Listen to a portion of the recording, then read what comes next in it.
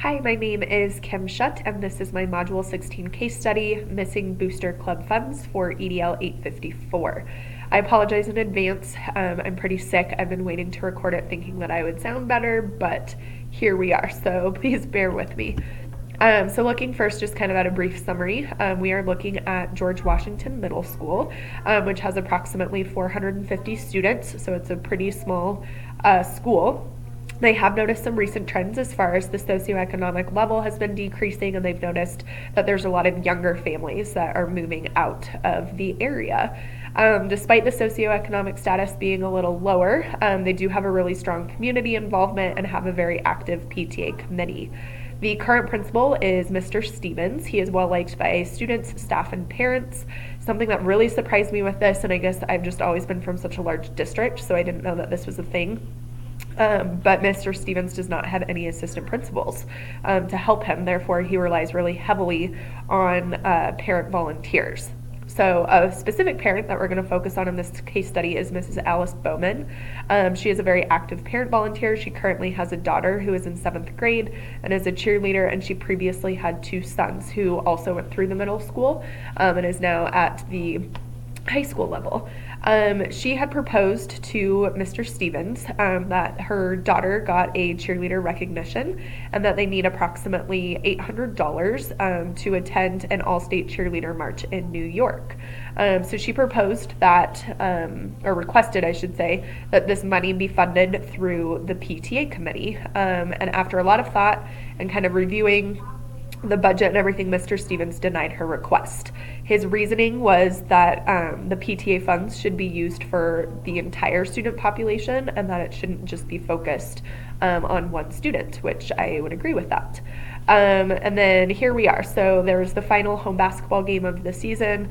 Mrs. Bowman and another parent were working that event, and it seems that $50 went missing and there were 10 thrown out tickets because they were damaged. So now we're at this situation where Mr. Stevens needs to figure out what exactly happened. So jumping into category 1 for problem identification. So what do we know? A lot of what I just covered. So again, there's a smaller student population, lower socioeconomic status, but the PTA is really involved. No assistant principals, again, therefore relying heavily on parent volunteers. And then a little bit more again on Bowman. She has 2 older sons who went through the same middle school. Currently, again, has a 7th grade daughter on the cheer team, requested monies for the daughter to attend the cheer event in New York, but her request was denied. At the final basketball game of the year, Mrs. Bowman and another parent were working that event that night. And then there was a third parent, Mr. Dumas, who said that he had a conversation, with Mr. Stevens, the principal, stating that he had just got paid and that he had used a $50 bill to purchase his tickets for that night. So at the end of the night, when Mr. Stevens was going through the bank bag, he noticed that 10 tickets were missing. He knew this because they were pre-numbered, and that there was no $50 bill in the bank bag.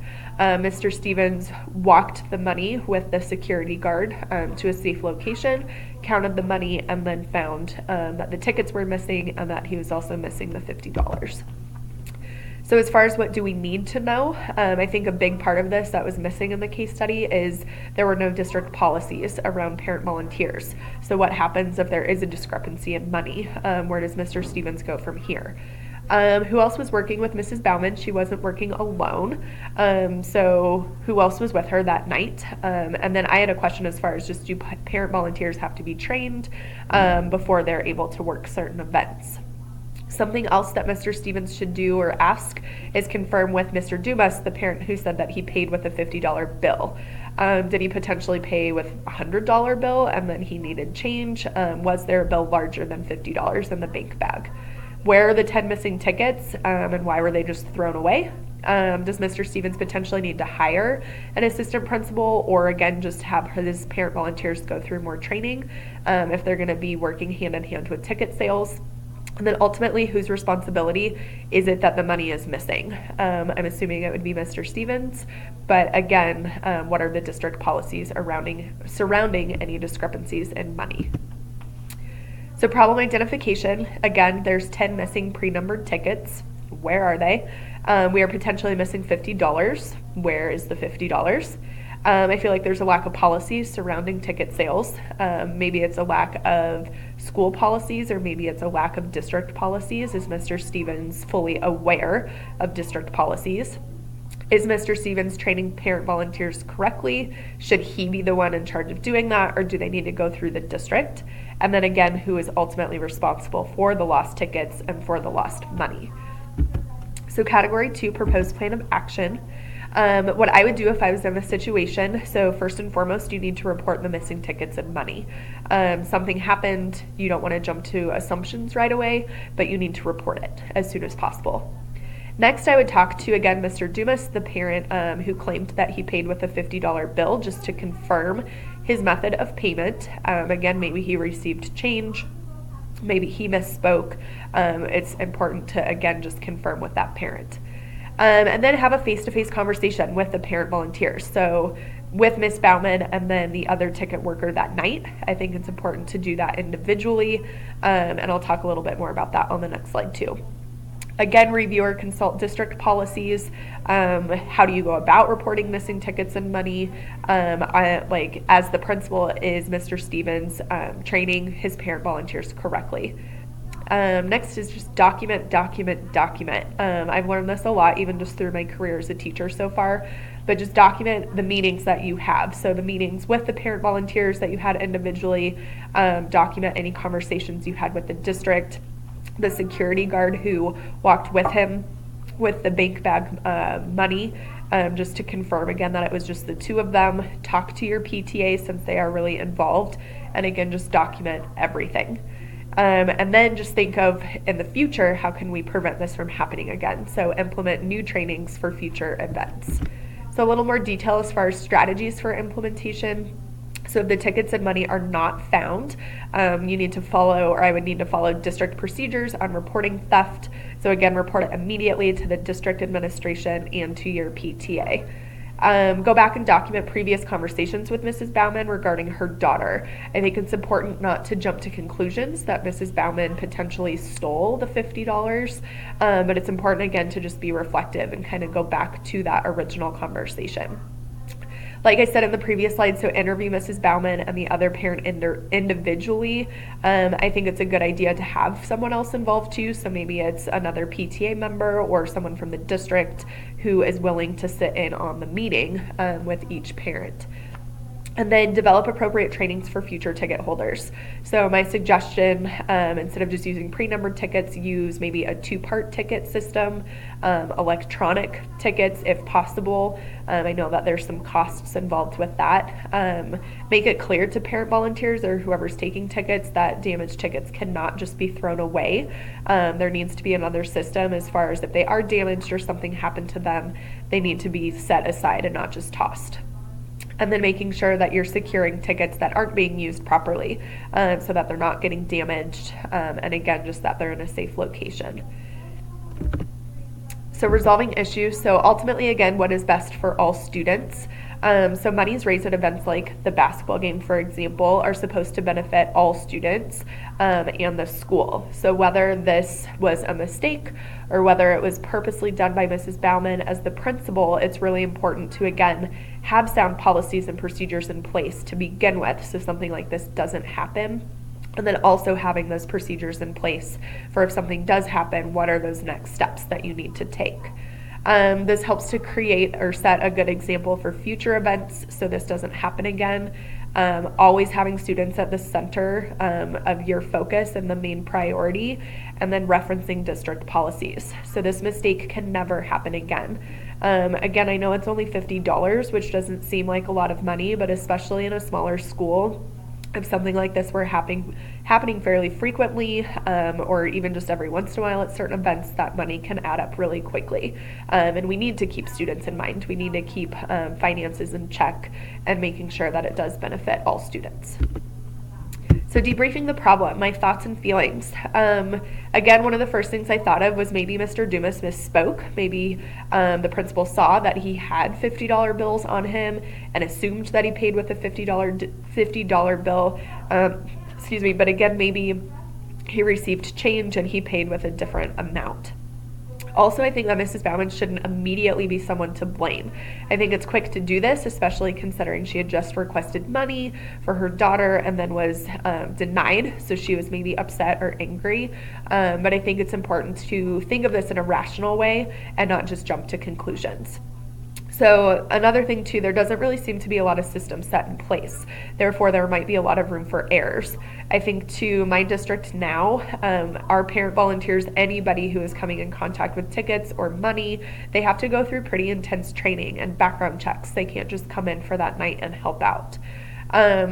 Like I mentioned, $50 maybe isn't a lot of money. It would add up over a period of time. But if Mrs. Bauman did take the money, honestly, $50 is not that much money towards the overall $800 that she needs for her daughter. So that just doesn't seem super feasible to me. What does the district and PTA think? Have they maybe had issues in the past? Do they need to reevaluate procedures or systems that they have in place? And then again, I value honesty. I put a lot of trust in other people. So if I was in this situation, knowing that a parent I trust could have potentially stolen money or lied to me, makes me upset and makes me feel sad, because I think I really value setting up trustworthy and honest relationships with staff, with students, with parents, with the community. So I think it would be disheartening, I think, to be going through a situation like this. And then I think this is just a really good opportunity to be reflective of district policies. What is working, what isn't working? Again, what are some of those things that maybe as a district, and especially as a school and as a principal for Mr. Stevens, he needs to go back and review. So unresolved issues, again, who stole the money, where are the 10 lost tickets, who else was working with Mrs. Bauman that night? Another thing I thought of is, are there security cameras that we could potentially look at? If she pocketed the money, if she put the tickets in a certain place, just to see if there was any extra resources to look into. Something that was never mentioned too in the case study is there a bookkeeper? I think this is super important as far as where's the money being stored? Who could Mr. Stevens or the principal go to if they have questions? The bookkeeper is an awesome resource. Again, was there a bill larger than $50 in the money bag? And then what is the district policies regarding theft and how to report it? So final category, reflecting on Standard 8. So Standard 8, it says, as an educational leader, promotes the academic success and personal well-being of every student by ensuring effective and efficient management of the school or district to promote social and academic learning. So going through each category as far as promoting effective and efficient management of the school or district, I've mentioned this a lot already, but just making sure that as the principal, you set really clear policies, you refer to district policies, and you basically go through these step by step. So training every staff member or parent volunteer properly, making sure that they're actually going through the training. I feel like in this case study, they're not being trained properly. Document. So every interaction, you never know when you might need it. So just making sure you're being thorough with documentations. Like I said, working closely with the school bookkeeper, they can be an awesome resource. This was never mentioned in this case study. So if there's not a bookkeeper, I feel like that's a really important position to hire. And then just maintaining clear communication, responding thoughtfully, again, not jumping to conclusions, trying to stay level-headed. As far as promoting the social learning of every student, again, just making sure that any money raised benefits all students. It should benefit the entire student population and not just focused on one group or one student. It's important to provide students with extracurricular opportunities, like in this case study, the basketball game. So whether it's athletics or clubs or organizations, it's really important to provide that opportunity for students. Not only having clear communication with your staff, but making sure that you have clear communication with students. And like I said, never making assumptions. And just encourage honesty, build healthy relationships, get around the school as much as possible, and interact with students as much as possible. And then the last, as far as promoting student academic learning, like I said, funds raised should benefit every student. So academically, athletically, and extracurricular activities. Provide clear communication about the purpose of funds. So that should be explained to staff members, to the PTA, to volunteers. And then again, just kind of that core foundation of building strong relationships with parents, keeping an open mind, showing empathy, making sure that you are kind of creating that foundation of relationships, especially in this situation where Mr. Stevens doesn't have assistant principals to help him as well. So that is my presentation. Thank you so much for a great class. I have learned a bunch and I look forward to my next class. Thank you.